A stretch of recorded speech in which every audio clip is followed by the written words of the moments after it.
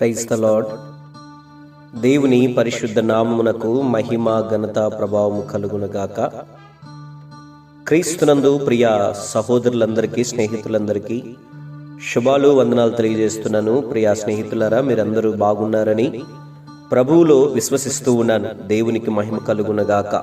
ప్రియ స్నేహితులారా, యథావిధిగానే ఈ శ్రేష్టమైన సందర్భంలో కూడా పరిశుద్ధ గ్రంథంలో నుంచి ఒక వ్యక్తిని, ఒక క్యారెక్టర్ను మీకు పరిచయం చేయాలని నేను ఎంతగానో ఇష్టపడుతూ ఉన్నాను. ఆత్మదేవుడే అందుకు సహాయం చేయునుగాక. ప్రియ స్నేహితులారా, పరిశుద్ధ గ్రంథంలో ఎంతెంతగానో పేరుగాంచినటువంటి ఒక వ్యక్తి ఇప్పుడు మన ముందుకు తీసుకురావాలని ఆశపడుతూ ఉన్నాను. ప్రియ స్నేహితులారా, న్యాయాధిపతుల గ్రంథంలో సంసోను గురించి మనము అనేక మాటలు విన్నాం. సంసోను గురించి అనేక సంగతులు మనకు తెలుసు. అయితే సంసోను తర్వాత ఆ న్యాయాధిపతుల గ్రంథంలో 16వ అధ్యాయము మొదటి నుంచి కొన్ని మాటలు మనం చదవగలిగితే దెలీలా అనే ఒక వ్యక్తిని, ఒక స్త్రీని మనము చూడగలం. ఆమె గురించి అనేక మాటలు అక్కడ రాయబడి ఉంటాయి. న్యాయాధిపతుల గ్రంథం 16వ అధ్యాయము 4-5 వచనాలు ఇలాగూ రాయబడి ఉంటాయి.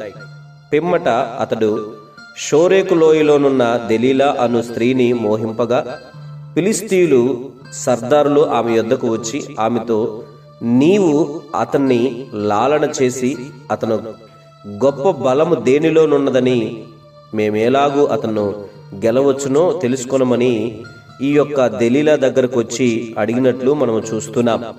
నీవు కాని ఈ యొక్క రహస్యం మాకు చెప్తే మాలో ప్రతివాడును 1100 వెండి నాణ్యములు నీకిచ్చేదమని అక్కడ ఒక ఒప్పందం ఆమె దగ్గర చేసుకున్నట్లు మనం చూడగలం. ప్రియ స్నేహితులారా, దెలీలా అనే మాటకు మధురము లేదా సున్నితము అని అర్థాన్ని ఇస్తూ ఉంది.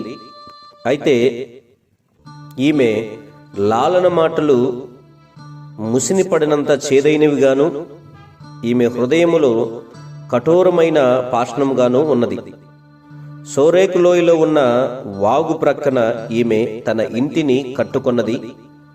దాహము తీర్చుకొనుటకు ఆ వాగు దగ్గరకు వచ్చిన వారిని తన అందముతో ఆకర్షిస్తూ తన లాలన మాటలతో మోసగించుచుండేది. పరిశుద్ధ గ్రంథములో సామెతలు 18:7 నుంచి మనము 14 వచనాలు చదవగలిగితే, సమాధాన బలును నేను అర్పింపవలసి ఉంటిని, నేడు నా మ్రొక్కుబళ్ళు చెల్లించున్నాను కాబట్టి నేను నిన్ను కలుసుకొనవలనని రాగా, నిన్ను ఎదుర్కొనవలనని బయలుదేరగా నీవే కనబడితివి. నా మంచము మీద రత్న కంబళ్ళను, ఐగుప్తు నుండి వచ్చు విచిత్రపు పనిగల నార దుప్పట్లను నేను పరచియున్నాను. ఉదయం వరకు వలపుదీరా తృప్తి పొందుము, రమ్ము, పరస్పర మోహము చేత చాలా సంతుష్టి నొందుము, రమ్ము అనే మాటలు ఇక్కడ మనము చదివినప్పుడు సాక్షాత్తు దెలీలా గారే మనకు జ్ఞాపకం వస్తారు. ఇలాంటి మాటలతో అనేకులను మోసగించుచుండే ఉండేది. అయితే అది తన అధికమైన లాలన మాటల చేత చాలా మందిని లోపరుచుకొనుచు, తాను పలికిన ఇచ్చక మాటల చేత చాలా మందిని తన యొక్క ఇంటికి ఈడ్చుకొని పోయేది. ప్రియ స్నేహితులారా, ఈ దెలీలా చాలా అందమైన వ్యక్తి కాబట్టి తన యొక్క లాలన మాటల చేత చాలా మందిని అక్కడికి వచ్చేవారిని లోపరుచుకునేది. ఇచ్చకమైన మాటల చేత వారిని అందరినీ ఈడ్చుకుని తన ఇంటికి తీసుకువెళ్ళేది.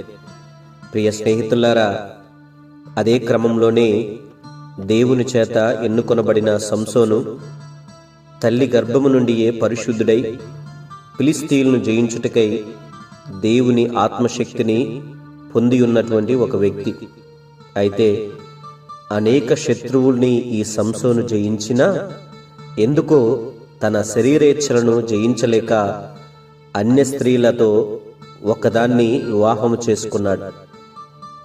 ఆ వివాహము విఫలము కాగా వేశ్యలకు అలవాటు పడిపోయాడు.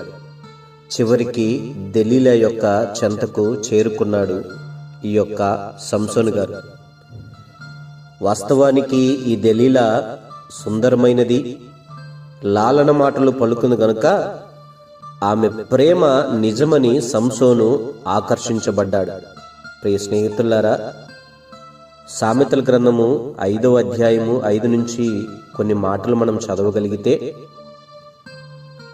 జారస్త్రీ పెదవుల నుండి తేనె కారును, దాని నోటి మాటలు నూనె కంటే నునుపైనవి అని అక్కడ రాయబడి ఉంది కదా. ఇలాంటి నునుపు కలిగిన మాటలు మాట్లాడడం వల్ల అదే ప్రేమ నిజమని నమ్మాడు సంసోను గారు. సంసోను చివరికి తన యొక్క ప్రేమ సరి అయినదా కాదా అని ఊహించక, తెలుసుకొనక, చివరికి దెలీలా చూపించే ఆ ప్రేమే నిజమైన ప్రేమ అని నమ్మాడు. ఆమె ఒడికి చేరుకున్నాడు. దెలీలా సంసోను బలహీనతను గుర్తించింది.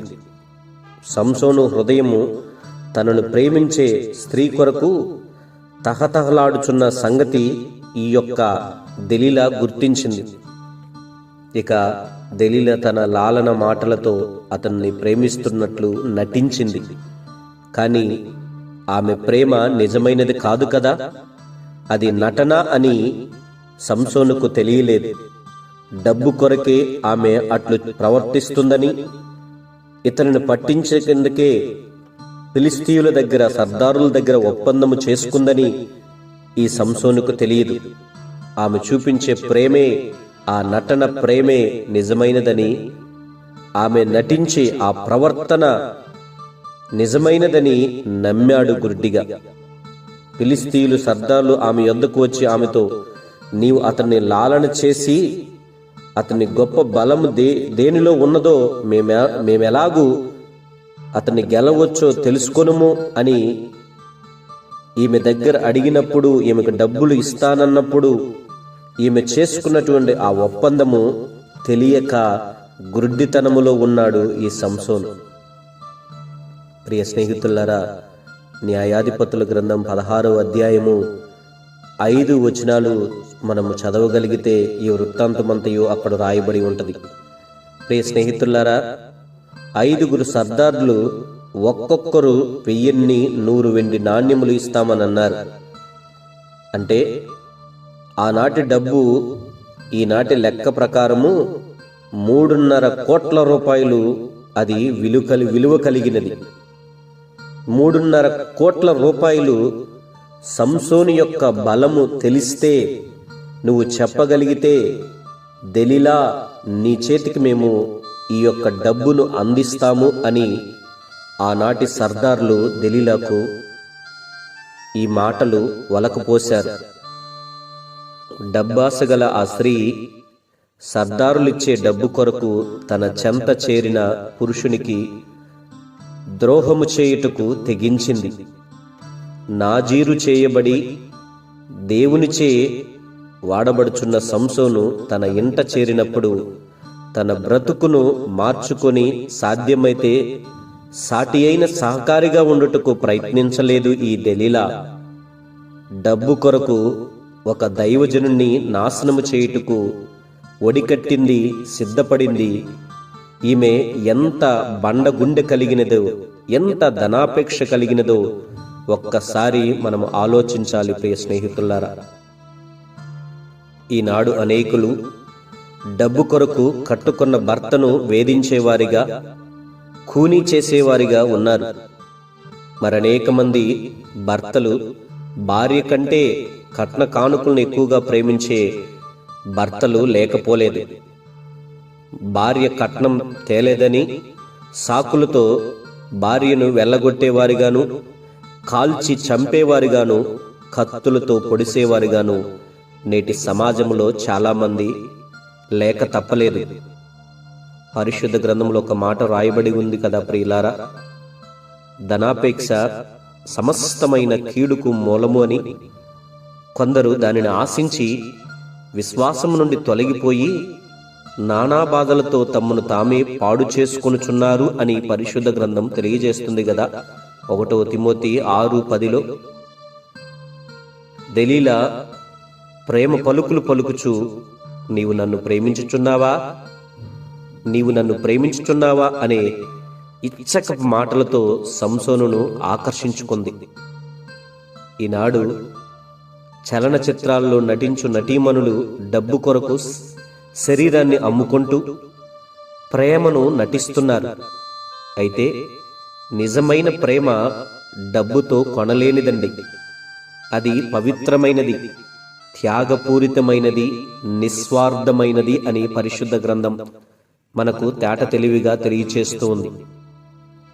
దెలీలా అంటుంది, నువ్వింత బలశాలిగా ఉన్నావే, శత్రువులు నీ ముందర నిలవలేకున్నారే, నీ మహాబలము దేనిలో ఉన్నదో నాకు చెప్పకూడదు, నాకొకసారి చెప్పవా అంటూ నిరంతరం వేధిస్తూ ఉండేది సంసోన్ని. సంసోను ఏదో ఒకటి చెప్పి తప్పించుకొనుచూ ఉన్నాడు.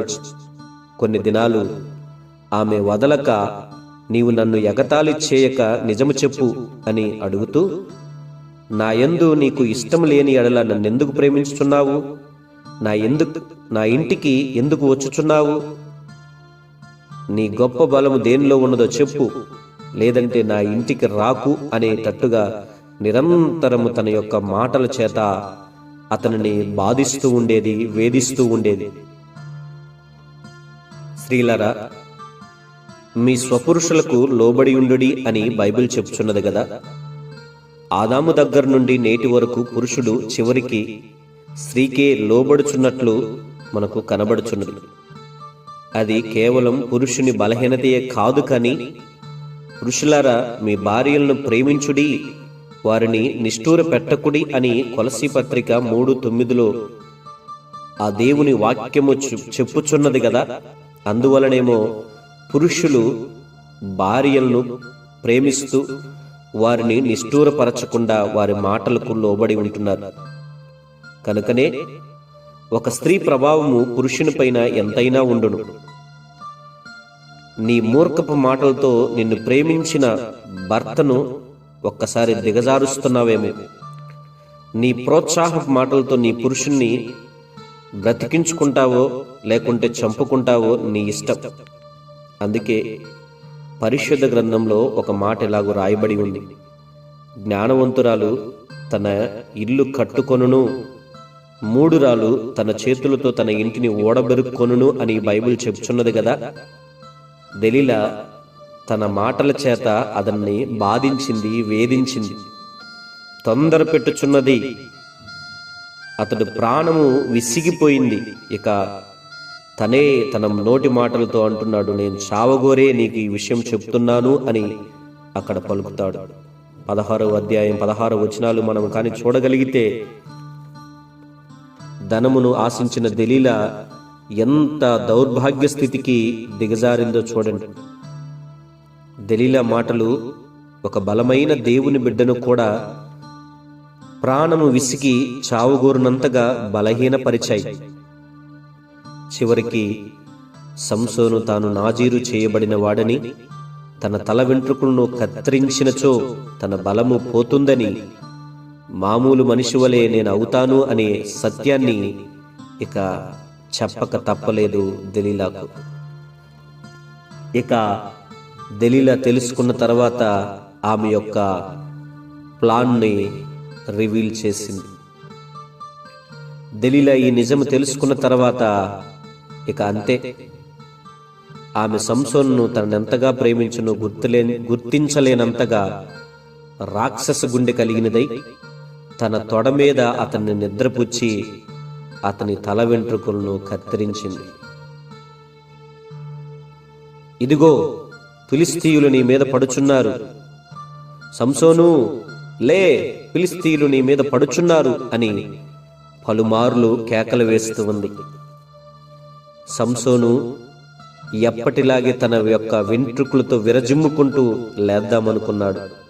కానీ దేవుడు అతనిని ఎడబాసినని ఎరుగలేకపోయాడు. న్యాయాధిపతుల గ్రంథం 16:20 మనము చదవగలిగితే ఈ వృత్తాంతమంతయు అక్కడ రాయబడి ఉంటుంది. అంతవరకు ఫిలిస్తీయుల యొక్క హృదయాలను గడగడలాడించినటువంటి ఈ యొక్క సంసోను దెలీలా యొక్క తొడ మీద పడ్డుకున్న వెంటనే తన యొక్క బలము యొక్క రహస్యాన్ని తెగజేసేసింది ఈ యొక్క దెలీలా. తన వెంట్రుకలను కత్తిరించింది, తెగ నరికించింది. ఫిలిష్తీయులు అతను పట్టుకొని చివరికి అతని కన్నులు ఊడదీసి అతన్ని సంకెల్లో బంధించారు. ఇదంతా చూస్తున్న దెలీలా తాను చేసిన నమ్మక ద్రోహం విషయమై పశ్చాత్తాపడలేదు సరిగదా. అతని బలహీనతను చూసి పరిహరించిన మొండి గుండె గలదైపోయింది. ప్రియ స్నేహితులారా, సంసోను యొక్క స్థితి ఎలాగూ మారిపోయిందనంటే, చివరకు గుడ్డివాడై ఆ గుడిలో ఆ 2 స్తంభముల మధ్య ఎందుకు పనికిరాని వాడిగా నిస్సహాయ స్థితిలో నిలబడ్డాడు. కేవలం ప్రియ స్నేహితులారా, ఈ మాటలు వింటున్నటువంటి దేవుని బిడ్డలారా, కేవలం దెలీలా అనే ఒక స్త్రీ మోహపు మాటలు, మోహపు ప్రేమ, నటన ప్రేమ తన యొక్క జీవితంలో ఎంతగా పనిచేసిందో చూడండి. ఈ మాటలు వింటున్నటువంటి ప్రియ స్నేహితులారా, స్త్రీలు సామాన్యముగా సున్నితమైన వారని, అబలలని, బలహీన ఘటములని మనకు తెలుసు. అయితే సాతానుకు చోటిస్తే ఒక స్త్రీ ద్వారా సర్వలోకాన్ని మోసగించడానికి సాతానుడు ఒడిగడతాడు. సాతానుడు నేడు సిద్ధంగా ఉన్నాడు. ఒక్క హవ్వ మోసగించుట వలన మనుషులందరూ పాపమునకు బానిసలయ్యారు కదా. ఒక స్త్రీ వలన కలిగే అనర్థాలు, అనేక సంగతులు మనకు తెలుసు, మనం వింటున్నాం, చూస్తున్నాం. అయితే ఒక స్త్రీ ఎంత బలహీనురాలైనా దేవునికి హృదయంలో చోటిస్తే దేవుడు ఎన్ని అద్భుత కార్యములు చేయగలడో మనం చూడగలం.